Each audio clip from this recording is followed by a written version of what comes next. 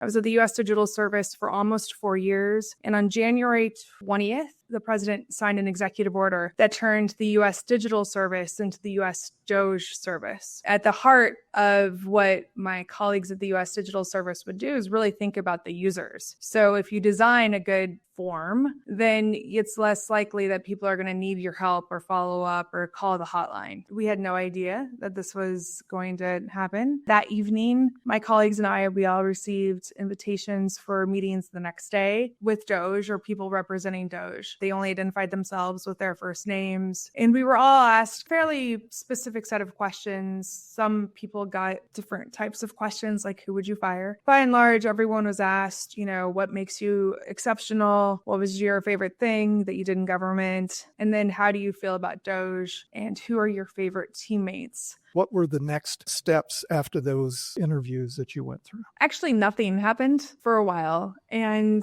USDS or US DOGE service became very rudderless. There was no direction or leadership. Effectively, we were all just kind of banding together, but fundamentally, we had no idea what those interviews were about and whether or not it meant that we were keeping our jobs. We all assumed our jobs would be gone by the end of the week. And so we were effectively living pay period to pay period, just not knowing. And then on February 14th, on Valentine's evening at 8 o'clock, 43 of my teammates were fired immediately. And then on that following Tuesday is when kind of a new DOGE leadership came in to run our team meetings. It was devastating. My coworkers, they weren't given a reason for why they were fired in that way. A lot of those projects they were working on were no longer viable. About a week and a half to 2 weeks after that, 21 of my teammates also resigned as one group because they didn't want to be a part of that. And also their projects weren't viable. And so it was hard to be told by new DOGE leadership that the remaining team, you matter and your projects matter, when in reality, a lot of